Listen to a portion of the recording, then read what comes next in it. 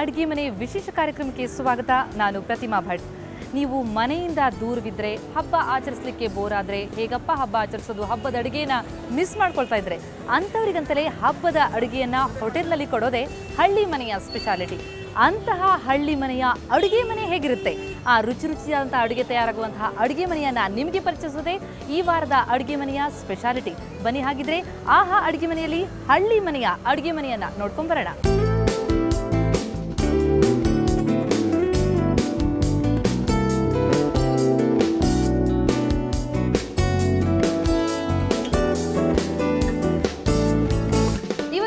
ಹಳ್ಳಿ ಮನೆಯ ಅಡುಗೆ ಮನೆಯಲ್ಲಿ ಈಗ ಇದ್ದೀವಿ. ಅಡುಗೆ ಮನೆಯ ಸ್ಪೆಷಾಲಿಟಿಯನ್ನು ವಿವರಿಸಲಿಕ್ಕೆ ಅಂತ ಹೇಳಿ ಹಳ್ಳಿ ಮನೆಯ ಶ್ರೀನಿವಾಸರವರು ನಮ್ಮ ಜೊತೆ ಇದ್ದಾರೆ. ಶ್ರೀನಿವಾಸ್ ಅವರೇ, ಕಾರ್ಯಕ್ರಮಕ್ಕೆ ಸ್ವಾಗತ.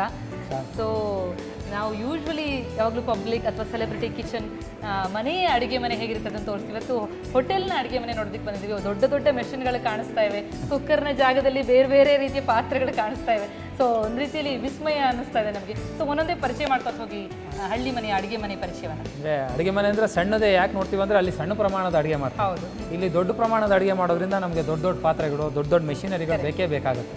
ಇಲ್ಲಾಂದರೆ ಆ ಪ್ರಮಾಣದಲ್ಲಿ ಮಾಡೋಕ್ಕಾಗಲ್ಲ. ಹಾಗಾಗಿ ನಾವು ಇವಾಗ ಒಂದೊಂದೇ ನಾನು ವಿವರಿಸ್ತಾ ಬರ್ತೀನಿ. ಇದು ಸ್ಟೀಮ್ ವೆಸಲ್ಸ್ ಅಂತ, ಅಂದರೆ ಇದರಲ್ಲಿ ಡಬಲ್ ಜಾಕೆಟೆಡ್ ಅಂತಾರೆ. 2 ಲೇಯರ್ ಇರುತ್ತೆ. ಇದು ಫುಡ್ ಗ್ರೇಡೆಡ್ ಸ್ಟೀಲಲ್ಲಿ ಮಾಡಿರ್ತಾರೆ, 304 ಅಂತ. ಅದರಲ್ಲಿ ನಿಮಗೆ ಯಾವುದೇ ಕೆಮಿಕಲ್ ರಿಯಾಕ್ಷನ್ ಆಗಲ್ಲ. ಹಾಗಾಗಿ ಈ 2 ಲೇಯರ್ ಏನಿರುತ್ತೆ ನೋಡಿ, ಇದರಲ್ಲಿ 2 ಲೇಯರ್ ಇರುತ್ತೆ. ಆ ಲೇಯರ್ ಮಧ್ಯದಲ್ಲಿ ಸ್ಪ್ರಿಂಗ್ಸ್ ಕೊಟ್ಟಿರ್ತಾನೆ. ಆ ಸ್ಪ್ರಿಂಗ್ ಮುಖಾಂತರ ನಾವು ಮೇಲ್ಗಡೆ ಸ್ಟೀಮ್ ಜನರೇಟ್ ಮಾಡ್ತೀವಿ. ಆ ಸ್ಟೀಮ್ 120 ಡಿಗ್ರಿ ಹೀಟಲ್ಲಿ ಬರೋವಂಥದ್ದು 200 kg ಪರ್ ಅವರ್ ಬರ್ತಾ ಇರುತ್ತೆ. ಅದು ಇದರೊಳಗೆ ಶೇಖರಣೆ ಆಗಿ ಇಲ್ಲಿ ನೀರು ಬಿಸಿ ಮಾಡಿ ಅದರಲ್ಲಿ ನಾವು ಏನು ಹಾಕಿರ್ತೀವಿ, ಬೇಳೆ ಹಾಕಿದ್ರೆ ಬೇಳೆ, ಅಕ್ಕಿ ಹಾಕಿದ್ರೆ ಅಕ್ಕಿ, ಅನ್ನ ಆಗುತ್ತೆ. ಬೇಳೆ ಹಾಕಿದ್ರೆ ಅದು ಬೇಯುತ್ತೆ. ಮತ್ತು ಸಾಂಬಾರು, ರಸಮ್ಮು, ಇದೊಂದು ಬಿಸಿಬೇಳೆ ಬಾತು ಏನು ಬೇಕಾದ್ರೂ ಇದರಲ್ಲಿ ಮಾಡ್ಬೋದು. ಎಷ್ಟು ಪ್ರಮಾಣದಲ್ಲಿ ಮಾಡ್ಬೋದು ಇದು ಒಂದೊಂದು ವೆಸಲ್ ಬಂದು 100 ಲೀಟ್ರ್ ಇದೆ. Okay, 100 litre capacity. ಒಟ್ಟು 8 ವೆಸಲ್ಲು. ಸ್ಟೀಮು ಯಾವತ್ತೂ ಒಳ್ಳೇದು. ಹೌದು, ನಾವು ಏನು ಕಾವಲ್ಲಿ ಬೇಯಿಸ್ತೀವಿ, ಆ ಬೇಯಿಸೋದಕ್ಕಿಂತ ಸ್ಟೀಮಲ್ಲಿ ಮಾಡುವಾಗ ನಮಗೆ ಆ ನ್ಯೂಟ್ರಿಷನ್ಸ್ ಏನಿರುತ್ತೆ, ಅಂದರೆ ಪೌಷ್ಟಿಕತೆ ಏನಿರುತ್ತೆ ಉಳ್ಕೊಳ್ಳುತ್ತೆ. ಮತ್ತು ಅದರ ರುಚಿ, ಪರಿಮಳ ಇದೆಲ್ಲ ಕಂಪ್ಲೀಟು ಉಳ್ಕೊಳ್ಳುತ್ತೆ. ಹಾಗಾಗಿ ನಾವು ತಿನ್ನುವಾಗ ಅದ್ರದ್ದು ರುಚಿ ಮತ್ತು ಆರೋಗ್ಯದ ಗುಣಮಟ್ಟ ತುಂಬ ಚೆನ್ನಾಗಿರುತ್ತೆ. ಹಾಗಾಗಿ ಹೋಟೆಲಿಗೆ ಆದಷ್ಟು ಆಕರ್ಷಣೆ. ಹೌದೌದು. ನಮ್ಮದು ಇದು ಇನ್ನೊಂದು ಪಾಯಿಂಟ್ ಏನಂದರೆ, ಇದರಲ್ಲಿ RO ಟ್ರೀಟೆಡ್ ವಾಟರ್ ಬರುತ್ತೆ, ಅಂದರೆ ಶುದ್ಧೀಕರಿಸಿದ ನೀರು. 5 ಸ್ಟೇಜಲ್ಲಿ ನಮ್ಮದು ಶುದ್ಧೀಕರಣ ಆಗುತ್ತೆ. ಆ ಶುದ್ಧೀಕರಣ ಆಗಿದ್ದು ನೀರು ಬರಲಿಲ್ಲ ಅಂದರೆ ಏನಾಗುತ್ತೆ, ನಮಗೆ ಇಲ್ಲಿ ಕ್ಯಾಲ್ಸಿಯಂ ಡೆಪಾಸಿಟ್ ಆಗುತ್ತೆ, ಅಂದರೆ ಆ ಉಪ್ಪು ಶೇಖರಣೆ ಆಗುತ್ತೆ. ಉಪ್ಪು ಶೇಖರಣೆ ಇದ್ರೊಳಗೆ ಪರ್ಟಿಕ್ಯುಲರ್ಲಿ ಆಗಬಾರ್ದು, ಆದರೆ ನಮಗೆ ಪಾತ್ರೆನೇ ವೇಸ್ಟ್ ಆಗ್ಬಿಡುತ್ತೆ. ಸೊ ಒಟ್ಟಾರೆ ಇದು ಎಷ್ಟು ದೊಡ್ಡ ಜಾಗ ನಿಮ್ಮ ಅಡುಗೆ ಮನೆ? ನಮ್ಮ ಅಡುಗೆ ಮನೆ ಸುಮಾರು 7250 ಸ್ಕ್ವೇರ್ ಫೀಟ್ ಇದೆ. ಇದರಲ್ಲಿ ಸಾಮಾನ್ಯ ಎಲ್ಲ ಆದಷ್ಟು ಯಂತ್ರೋಪಕರಣಗಳಿಗೆ ನಾವು ಒತ್ತು ಕೊಟ್ಟಿದ್ದೀವಿ. ಯಾಕಂದರೆ ಮನುಷ್ಯ ಮಾಡುವಾಗ ಒಬ್ಬರಿಂದ ಒಬ್ಬರು ಭಿನ್ನವಾಗಿರ್ತಾರೆ. ಸೊ ಯೂಶ್ವಲಿ 1 hour 2 hours ಅಡುಗೆ ಆಗ್ಬಿಡುತ್ತೆ ಯಾವ್ದಾರು ಅಡುಗೆ ಮನೆ ಅಂತಂದ್ರೆ. ಆದರೆ ಹಳ್ಳಿ ಮನೆ ಅಡುಗೆ ಆಗಬೇಕು ಅಂತಂದ್ರೆ ಎಷ್ಟು ಗಂಟೆಗೆ ಇದೆಲ್ಲ ಆನ್ ಆಗುತ್ತೆ ಅಂತ? ಇದು ಮಧ್ಯರಾತ್ರಿ 2 ಗಂಟೆಗೆ ಸ್ಟಾರ್ಟ್ ಮಾಡ್ತೀವಿ ನಾವು. ಯಾಕಂದರೆ ಬೇರೆ ಬೇರೆ ಕಂಪನಿಗಳಿಗೆ ಹೋಗಬೇಕು. ಅವಾಗ 2 ಗಂಟೆಗೆ ಸ್ಟಾರ್ಟ್ ಆದರೆ ಸುಮಾರು ಒಂದು 12 ಗಂಟೆವರೆಗೂ ಕಂಟಿನ್ಯೂಸ್ ಪ್ರೋಸೆಸ್ ಆಗುತ್ತೆ. ಸೊ ಮಧ್ಯಾಹ್ನದ 2 ಗಂಟೆ ಅಡುಗೆಗೆ ಬೆಳಿಗ್ಗೆ 2 ಗಂಟೆಗೆ ನೀವು ಆನ್ ಮಾಡಬೇಕಾಗುತ್ತೆ. ಅಂದರೆ ಶೆಲ್ಫ್ ಲೈಫ್ ಜಾಸ್ತಿ. ಇದರಲ್ಲಿ ಮುಖ್ಯವಾದ ಪಾಯಿಂಟ್ ಏನಂದ್ರೆ, ನಾವು ಪಾತ್ರೆಯಲ್ಲಿ ಮಾಡಿದ್ರೆ ಬರೀ ಒಂದು 2 hours 3 hours ಅಲ್ಲಿ ಆಹಾರ ಹಾಳಾಗ್ಬೋದು. ಬಟ್ ಇದರಲ್ಲಿ ನೀವು 10 hours ಇಟ್ಟರು ಏನೂ ಆಗಲ್ಲ. ಯಾಕೆ ಹೇಳಿ, ಕೈಲಿ ಮುಟ್ಟಿರಲ್ಲ ನಾವು ಮೊದಲೇ. ಈ ಉದಾಹರಣೆಗೆ ದೋಸೆ ಇಟ್ಟು ಕೆಲವ್ರು ಕಲಿಸಿದಾಗ 10 hours ಆದರೂ ಹುಳಿ ಬರಲ್ಲ, ಕೆಲವ್ರು ಕಲಿಸಿದಾಗ 1 hourಲ್ಲೇ ಹುಳಿ ಬರುತ್ತೆ. ಅದು ಆ ಖನಿಜಾಂಶದ ಮೇಲೆ ಹೋಗುತ್ತೆ. ಆದ್ರಿಂದ ಕೈನ ಟಚ್ ಮಾಡಬಾರ್ದು ಯಾವುದೇ ಆಹಾರ. ಓಕೆ, ಸೊ ಸಾಕಷ್ಟು ಈ ಥರದೆಲ್ಲ ಕೀ ಪಾಯಿಂಟ್ಸ್ಗಳನ್ನ ಇಟ್ಕೊಂಡು ನೀವು ಯೂಸ್ ಮಾಡ್ತಾ ಇದ್ರಿ.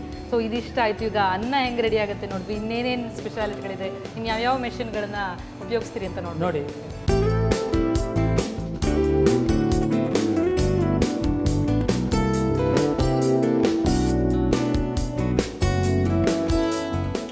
ಸರಿ, ನಾವು ಈಗ ರೈಸ್ ಹೆಂಗೆ ರೆಡಿ ಆಗುತ್ತೆ ನೋಡಿದ್ವಿ. 8 ದೊಡ್ಡ ದೊಡ್ಡ ಪಾತ್ರೆಗಳನ್ನು ನೋಡಾಯಿತು. ಸೊ ಇನ್ನೇನೇನು ವಿಸ್ಮಯಗಳಿವೆ ಅಂತ ನಿಮ್ಮ ಅಡುಗೆ ಮನೆಯಲ್ಲಿ? ನಮ್ಮ ಮನೆಯಲ್ಲಿ ಈಗ ಗ್ರೈಂಡಿಂಗ್ ಬೇಕು ಮುಖ್ಯವಾಗಿ. ಅಡುಗೆ ಮನೆಗೆ ಕಲ್ಲಿಲ್ಲ ಅಂದರೆ ಅದು ಅಡುಗೆ ಮನೆ ಆಗೋದೇ ಇಲ್ಲ. ಹಾಗಾಗಿ ಅಪೂರ್ಣ.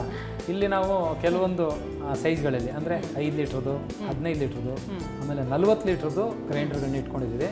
ಇದನ್ನ ಹ್ಯಾಂಡಲ್ ಮಾಡೋಕ್ಕಾಗಲ್ಲ ಅಂದ್ಬಿಟ್ಟು ಇದನ್ನ ಟಿಲ್ಟಿಂಗ್ ಮಾಡಿದ್ದೀವಿ. ಅಂದರೆ ನೀವು ಹೇಳ್ಕೊಬೋದು,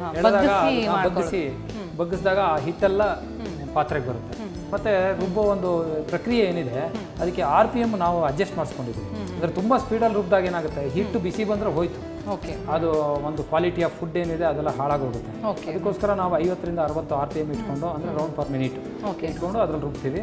ಹೇಗಿದು ಟಿಲ್ಟ್ ಮಾಡಿ? ಇದು ಟಿಲ್ಟ್ ಮಾಡ್ಬೇಕಾದ್ರೆ ಇಲ್ಲೊಂದು ಲಾಕ್ ಕೊಟ್ಟಿದ್ದಾರೆ ನೋಡಿ, ಇದನ್ನು ತೆಗಿಬೇಕು. ತೆಗೆದ್ಬಿಟ್ಟು ಇದನ್ನು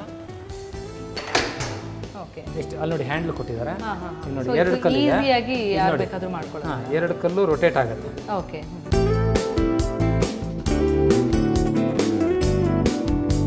ಸೊ ಇವಾಗ ರುಬ್ಬೋ ಕಲ್ಗಳನ್ನೆಲ್ಲ ನೋಡಿದ್ದಾಯ್ತು, ಈಗ ಕರಿಯೋ ಪಾತ್ರೆ ನೋಡ್ತಾ ಇದ್ದೀವಿ, ಬಾಂಡ್ಲಿ. ನಿಜಕ್ಕೂ ಹೋಟೆಲ್ನಲ್ಲಿ ಮಾಡುವಂಥ ಪ್ರಮಾಣ ಪುರಿ ನೀವೆಲ್ಲ ಮಾಡಬೇಕಾದ್ರೆ ಭಾಳ ದೊಡ್ಡ ಪಾತ್ರೆಗಳು ಬೇಕು. ಸೊ ಇದು ಎಷ್ಟು ದೊಡ್ಡದು ನೋಡ್ತಾ ಇದ್ರೆ ಎಷ್ಟು ಆಗ್ಬೋದು ಇದರಲ್ಲಿ ಅನ್ಸುತ್ತೆ? ಇದರಲ್ಲಿ ಒಂದು ಸಲಕ್ಕೆ 250 ವಡೆ ಹಾಕ್ಬೋದು, ಮತ್ತೆ ಬೋಂಡ ಆದರೆ 500 ಹಾಕ್ಬೋದು. ಓಕೆ. ಇದು ಬಾಂಡ್ಲಿ ವಿಶೇಷ ಹೇಳೋದೇನೆಂದರೆ ಎಲ್ಲ ಬಾಂಡ್ಲಿಗಳು ಸಾಮಾನ್ಯ ನೋಡಿ ಈ ಥಿಕ್ನೆಸ್ ಏನಿದೆ ಇದು 6 mm ಥಿಕ್ನೆಸ್. ಈ ಬಾಂಡ್ಲಿ 15 mm, ಅಂದರೆ ಇದ್ರ ಡಬಲ್ ತ್ರಿಬಲ್ ಆಗಿಬಿಡುತ್ತೆ. ಆ ಲೆವೆಲಲ್ಲಿ ಇದು ಆ್ಯಕ್ಚುಲಿ ಬಾಂಡ್ಲಿನ ಕುಟ್ಟಿ ಮಾಡ್ತಾರೆ. ಡೈ ಪ್ರೆಸ್ ಕಮ್ಮಿ, ಇದನ್ನು ನಾವು ಡೈ ಪ್ರೆಸ್ ಮಾಡಿಸಿ ಬಾಂಬೆಯಿಂದ ತರಿಸಿ ಇದಕ್ಕೆ ಬಾಡಿ ಕಟ್ಟಿ ಮಾಡೋದ್ರಿಂದ ಇದ್ರ ಇನ್ನೊಂದು ವಿಶೇಷ ಏನಂದರೆ ನಮಗೆ ಕಾವು ಒಂದ್ಸಲ ತೊಗೊಂಬಿಟ್ರೆ ಆಮೇಲೆ ನೆಕ್ಸ್ಟ್ ಕಾವು ಜಾಸ್ತಿ ತೊಗೊಳ್ಳಲ್ಲ. ಅವಾಗ ಆಟೋಮೆಟಿಕಲಿ ನಮಗೆ ಗ್ಯಾಸ್ ಕನ್ಸಂಪ್ಷನ್ ಕಮ್ಮಿ ಆಗುತ್ತೆ, ಜೊತೆಗೆ ಉಳಿತಾಯ ಅಲ್ಲಿ ಸಾಧ್ಯತೆ ಆಗುತ್ತೆ. ಎರಡನೇದಾಗಿ ಇವನ್ ಹೀಟಿಂಗ್ ಬಂದಾಗ ಆ ಎಣ್ಣೆಯಲ್ಲಿ ಎವಾಪರೇಷನ್ ಕಮ್ಮಿ ಆಗುತ್ತೆ, ಅಂದರೆ ಆವಿಯಾಗೋ ಪ್ರಮಾಣ ಕಮ್ಮಿ ಆಗೋದ್ರಿಂದ ನಮ್ಗೆ ಅಲ್ಲಿ ಎಣ್ಣೆ ಉಳಿತಾಯ ಆಗುತ್ತೆ. 2 ಥರದ ಉಳಿತಾಯ ಇದು ಮಾಡಿಕೊಡ್ತಾ ಇದೆ. ಮತ್ತು ದೊಡ್ಡ ಪ್ರಮಾಣಕ್ಕೆ ಈ ಥರದೇ ಬಾಂಡ್ಲಿ ಉಪಯೋಗಿಸ್ಬೇಕು, ಇಲ್ಲಾಂದ್ರೆ ನಿಮ್ಗೆ 500 ವಡೆ ಒಂದು ಸಲಕ್ಕೆ ಯಾವ ಬಾಂಡ್ಲಿ ಮಾಡೋಕ್ಕೆ. ಎಣ್ಣೆ ಸುಮಾರು 45 kg ಬೇಕು, ಅಂದರೆ 3 ಟಿನ್ ಎಣ್ಣೆ, 1 ಟಿನ್ ಎಣ್ಣೆ 15 kg ಬರುತ್ತೆ. ಅದು ಆ ಥರದ್ದು 3 ಟಿನ್ ಎಣ್ಣೆ ನಾವು ಉಪಯೋಗಿಸ್ಬೇಕಾಗತ್ತೆ. ಈಗ ಕರಿದ ಪದಾರ್ಥಗಳನ್ನ ಬಾಂಡ್ಲಿ ತೋರಿಸ್ತೀವಿ. ಈಗ ಈ ಕಡೆ ಒಂದು ಪಾತ್ರೆಗಳನ್ನ ತೊಳಿತೀವಿ. ಯಾಕಂದ್ರೆ ದೊಡ್ಡ ದೊಡ್ಡ ಪಾತ್ರೆ ಬರುತ್ತಲ್ಲ ಅದನ್ನೆಲ್ಲ ತೊಳಿಯೋಕೆ ಈ ಏರಿಯಾ ಇಟ್ಕೊಂಡಿದ್ದೀವಿ.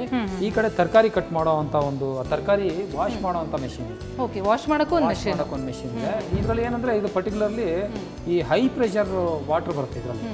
ಆ ವಾಟರ್ ಬಂದಾಗ ಅದು ರೊಟೇಟ್ ಆಗುತ್ತಲ್ಲ, ಅವಾಗ ಏನಾಗುತ್ತೆ ಆ ಗಲೀಜೆಲ್ಲ ಕಿತ್ಕೊಂಡ್ಬರುತ್ತೆ. ಅದ್ರ ಜೊತೆಗೆ ಇದರಲ್ಲಿ ಒಂದು ಡೋಸರ್ ಕೊಟ್ಟಿದ್ದಾರೆ. ಅದಕ್ಕೆ ನೀವು ಕ್ಲೋರ್ನೈಸೇಷನ್ ಮಾಡಿದ್ರೆ ಆಟೋಮೆಟಿಕಲಿ ಪೆಸ್ಟಿಸೈಡ್ ಫ್ರೀ ಆಗುತ್ತೆ. ಅದಕ್ಕೊಂದು ಕೆಮಿಕಲ್ ಹಾಕೋಬೇಕು. ಹಾಕೊಂಡಾಗ 15 ನಿಮಿಷಕ್ಕೆ 45 kg ತರಕಾರಿನ ತೊಳೆಯುತ್ತೆ. ಓಕೆ, ಅಂದ್ರೆ ಒಂದು ಗೋ ಅಲ್ಲಿ ರನ್ನಿಂಗ್ ಅಲ್ಲೇನೆ 15 ನಿಮಿಷ ಮಾಡ್ಕೊಬಹುದು. ಅಂದ್ರೆ ಕಂಟಿನ್ಯೂಸ್ ನೀರು ಫೋರ್ಸ್ ಅಲ್ಲಿ ಬರ್ತಾ ಇರ್ತಾರೆ, ಅದು ರೊಟೇಟ್ ಆಗುತ್ತೆ. ರೊಟೇಟ್ ಆದಾಗ ಹೈ ಪ್ರೆಷರ್ಗೆ ಏನಾಗುತ್ತೆ, ಒಂದೊಂದು ಸಂದಿಲಿರೋ ಗಲೀಜೆಲ್ಲ ಕಿತ್ತು ಮಣ್ಣಿನ ಅಂಶ ಮತ್ತೆ ಬೇರೆ ಯಾವುದೇ ಇತರ ಅಂಶಗಳು ಅಂದ್ರೆ ಕ್ರಿಮಿನಾಶಕಗಳಿರುತ್ತೆ, ಇನ್ನೊಂದಿರುತ್ತೆ, ಎಲ್ಲ ಇರುತ್ತೆ, ಅದನ್ನೆಲ್ಲ ಕಂಪ್ಲೀಟ್ ವಾಶ್ ಮಾಡಿ ಕೊಡುತ್ತೆ. ಇದೇನಿದು? ಇದು ಪೊಟ್ಯಾಟೊ ಪೀಲರ್, ಅಂದ್ರೆ ಆಲೂಗಡ್ಡೆ ಸಿಪ್ಪೆ ತೆಗೆಯುವಂಥದ್ದು. ಇದು ಈಗ ಲೋಕಲಲ್ಲಿ ತುಂಬಾ ಚೆನ್ನಾಗಿರುವಂತ ಮೆಷಿನ್. ಎಷ್ಟು ಪ್ರಮಾಣ ಮಾಡ್ಬೋದು? ಎಷ್ಟು ಆಲೂಗಡ್ಡೆ? ಸುಮಾರು ಒಂದು 10 kg ಆಗ್ಬೋದು. 10 kg ಒಂದು ಸಲಕ್ಕೆ ಒಂದು 3-4 ಮಿನಿಟ್ಸ್ ಅಲ್ಲಿ ಮುಗಿದೋಗುತ್ತೆ. ಓಕೆ. ಸೊ ಆಲೂಗಡ್ಡೆ ಅಂತೂ ನಿಮ್ಗೆ ಎಲ್ಲಾ ಪದಾರ್ಥಗಳಿಗೂ ಬೇಕೇ ಬೇಕು, ಲಾಟ್ ಬೇಕು. ಅದಕ್ಕೆಲ್ಲ ಇಂಥದ್ದು ಯಾವ್ದಾದ್ರು ಒಂದು ಮಿಷಿನರಿ ಬೇಕು, ಇಲ್ಲ ಕೈಲೆಲ್ಲ ಸಿಪ್ಪೆ ತೆಗೆಯೋಕೆ ಸಾಧ್ಯನೇ ಇಲ್ಲ.